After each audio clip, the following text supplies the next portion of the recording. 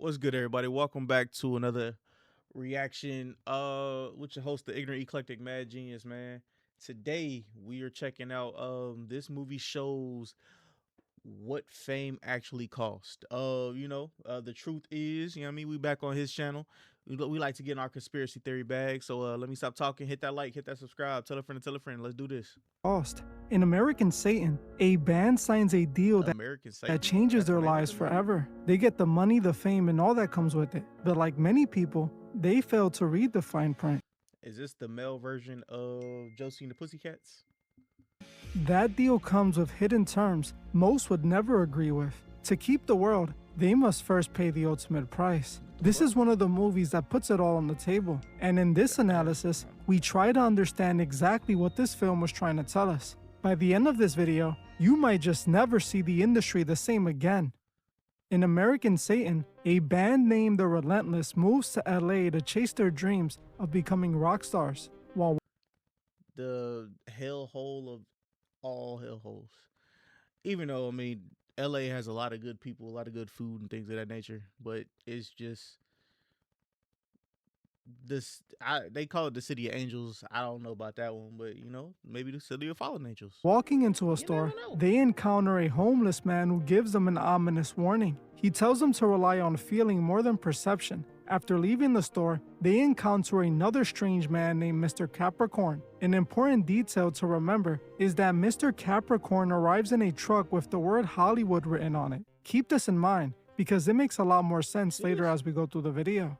Strangely, Mr. Capricorn has terrible never met beat these up guys, car. but he automatically knows the band members. He knows they just moved to the town to chase their dreams. The strange man also mentions the Bible verse John 7:24, which reads, "Do not judge by appearances, but judge with right judgment." The band has no idea what he is referring to, so they brush him off and keep pushing. The very next day, the band gets lucky and lands their first gig at an underground venue.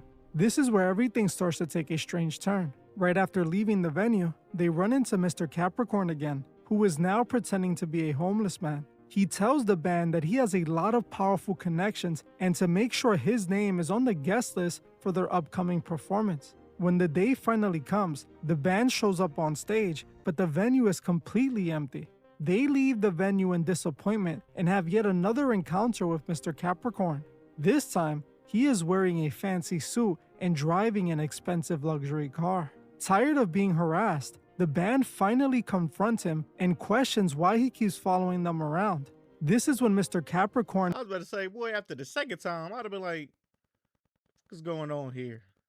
You the devil? finally reveals who he really is, declaring himself to be the literal devil. He invites the band to a bar for drinks. While walking to their table, the band once again runs into the strange man from the store who warned them earlier. This time, he is a waiter and tells them that not everything that glitters is gold. When the band sits down, Mr. Capricorn begins to tell them something they refuse to believe. He claims he is the one who makes all the stars, and if you want to make it big, you need him on your side. He tells the guys that he uses celebrities to influence the masses into adopting his ways. He brings up the many deals he signed sitting at that table. Pop stars, they're the ones who influence the masses. We're just a rock band. Pop star. Anyway, I've got most of them. Thank you. See, Empire State of Mind. I love that lyric. Just can't save you. Life starts when the church ends. And then his little protege, yay. You know, I put him on the front of Rolling Stone magazine with a crown of thorns on his head. No, you guys, you're so loyal to me. You wear me on your sleeve. But your fans are dangerous, and your fans are full of passion. Something that is quite interesting is that in this scene, Mr. Capricorn actually name drops massive real world artists, claiming he helped them get to the top. When the band finally believes him, he makes an offer that changes everything. He promises to make them I'll make you an offer that you can't refuse. international superstars, but at a seriously dark price. He wants the band to participate in a sacred ceremony where they will make a live offering to him. Shocked by the proposal, the band refuses, but Mr. Capricorn tells the lead singer that it's either a random person or his mother. Johnny instantly calls his mother, and she reveals she was diagnosed with cancer. This convinces the group to go through with the ceremony. The band then grabs a guy from the parking lot who had been causing them problems. They throw him in the van, tie him up, and take him to an empty area. They then lock him inside the van and proceed to set it on fire. At the last minute, the lead singer backs out and unlocks the van, setting him free. But the guy runs into a live fence and is taken out when he tries to climb it. Regardless, Mr. Capricorn takes this as the offering and seals the deal. The next day, the head of a powerful record label calls their phone and offers them a meeting. The big shot executive gives them a record deal right on the spot, and they quickly sign. Then they're instantly thrown into a big-time recording studio, and they start working on an album called American Satan. Their first song instantly takes off, and the band immediately goes on a massive tour. At these shows, they start using dark imagery and singing songs about their deal with Mr. Capricorn to show their alliance. Just like that, the band was on top of the world. But right when they thought they got what they wanted, they started seeing what was hidden in the fine print. With all that success, the darkness followed. The bigger the band got, the more controversy they got into. Not only were they negatively influencing their fans and turning them angry and bitter, but death started to follow the band too. That's Bill Goldberg. Motherfucker. Shout out to Bill Goldberg. Those around them started dropping like flies. The lead singer ends up in a bar fight where someone ends up dying. He is arrested and faces serious charges, but Mr. Capricorn fixes everything. He gets him off by rigging the jury and allowing him to walk on self-defense. But this also comes at a hidden price. For this help, he takes another life as collateral. This time it was the band's manager, who interestingly passed after using too many substances. I found this part especially interesting because of how many stars succumb to their substance issues. I think this movie was directly referring to that phenomenon. In the movie, the whole bar fight situation inspires fans to violently stand up to their bullies, leading to many deadly situations. The band causes another death when they take a mom and daughter duo onto the tour bus. When the father finds out, he cannot live with the news. Mr. Capricorn was using them to claim lives. Everything he did for the band came at a dark price, and things were about to escalate. Eventually, Mr. Capricorn tells the band that to become legends, they must take things further. He demands that the band do what he calls the onstage ritual, where they commit a ceremonial offering live during a performance. But the members, tired of all the darkness, refuse as they don't want to hurt anyone else. But Mr. Capricorn doesn't take no for an answer, and he reminds them who's in control. This movie is entirely influenced by the legendary folklore that has been tied to the music industry since the very beginning. The idea that the biggest icons sign ultimate deals for fame and success and are used by I kind of want to really watch this movie now, just to see it fully all the way through.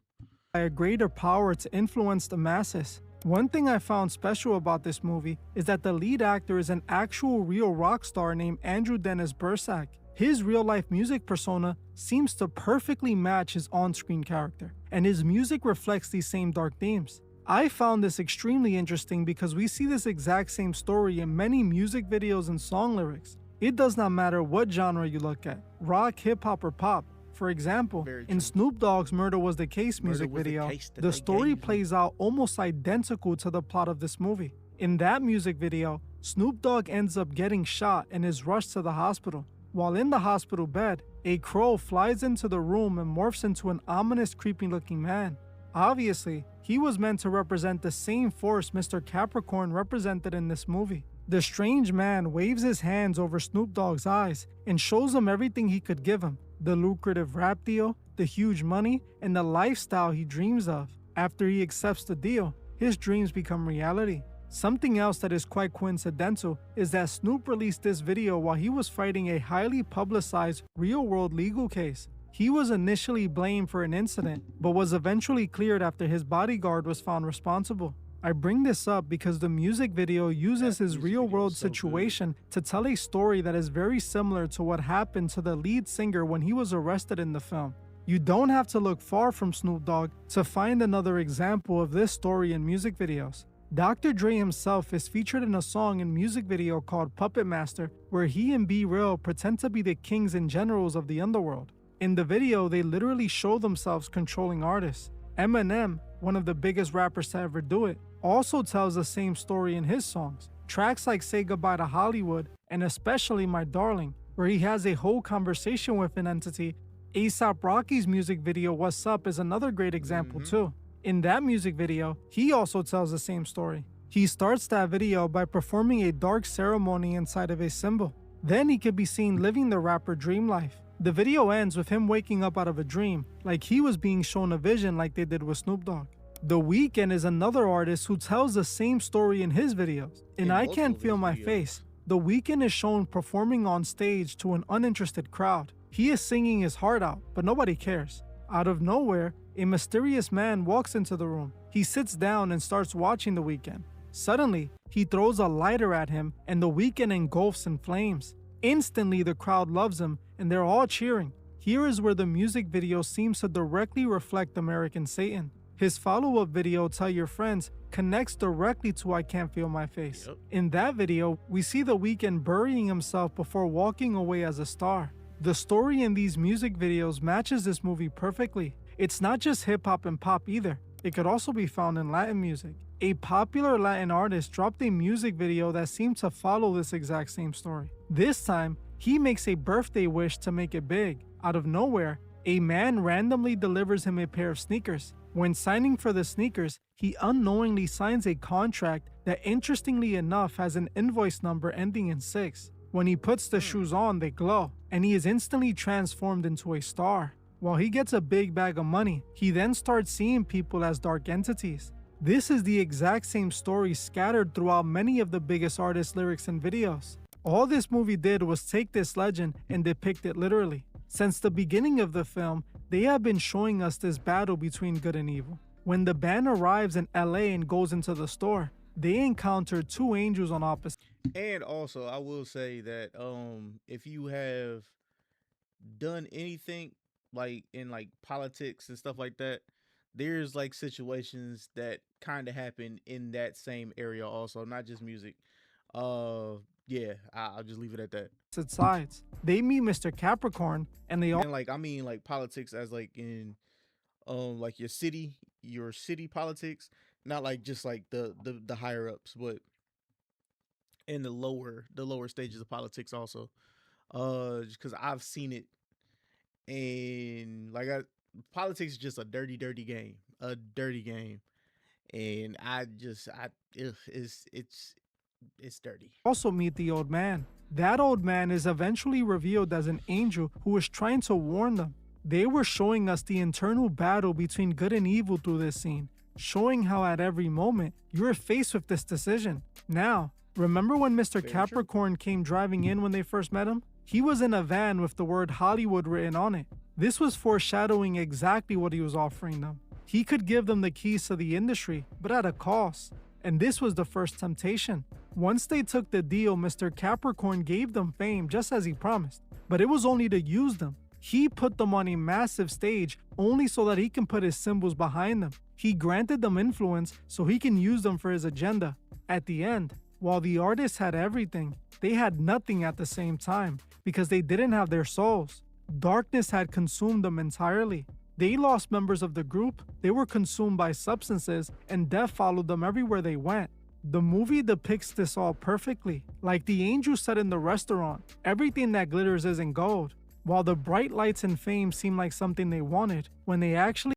But my thing is, if you sign it, like you have to, well, you don't have to, but if you sign it, like that's the path that you're choosing to go to. You're choosing to go towards.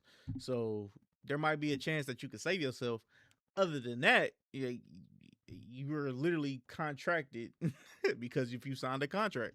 They got in and they saw the truth behind it. They realized the old man was right. I believe this movie illustrates this idea perfectly. Hollywood loves depicting this story. In fact, another movie that does a great job with this same story is Jennifer's Body. While most people know it as the movie where Megan Fox is crazy. Crazier than crazy. But still bad, 1, 2, and this was really, really a good movie. Fox turns into a succubus and eats all the boys in her school. The movie is actually about the exact same story we see in American Satan. Jennifer's Body follows two friends who go to a bar to listen to an unknown band perform. While there, Jennifer becomes enamored by the lead singer and she can't stop staring at him. While performing, the bar erupts in flames and everyone struggles to get out. But when the girls finally make it outside, the band is waiting for them there. They invite Jennifer to hang out with them. She goes into their van, and what happens next is exactly what we see in American Satan. The band begins to prep her to use her as a ceremonial offering. Because the band assumed she was a virgin, they thought she was a pure offering. Because she actually wasn't, the ritual failed, and she turned into the monster we saw. There is so much more I can talk about when it comes to Jennifer's Body. This is a movie I think would be great for me to cover. If that is something you want to see, comment Jennifer's Body below. And if enough of you are interested, I will make sure that's the very next video. Jennifer's Body told the same story as American Satan. It is so interesting to see this story across so many movies, shows, and music videos. We can only wonder why this story is one they love to tell so much. What do you think it is? Are they trying to tell us something through these movies? Just the other day, I covered the movie They Will Kill You, and again, it told the same story. In that movie, powerful people make a deal with this pig entity who grants them immortality and endless riches. The only catch is, they must serve him with fresh offerings. This movie is just like American Satan, but it brings us a different perspective. If you want to see that breakdown, this movie was good. I think we did a reaction to this already. But the original video will be in the link in the description below. Love each and every last one of y'all, man. Hit that like, hit that subscribe. Tell me in the comments, have you ever been in a situation to where, you know, you had to make a couple decisions and you don't know if the decisions were the correct decisions, and if you had signed your name on some things? Just let me know in the comments down below. I'll catch you on the next one, man. Peace.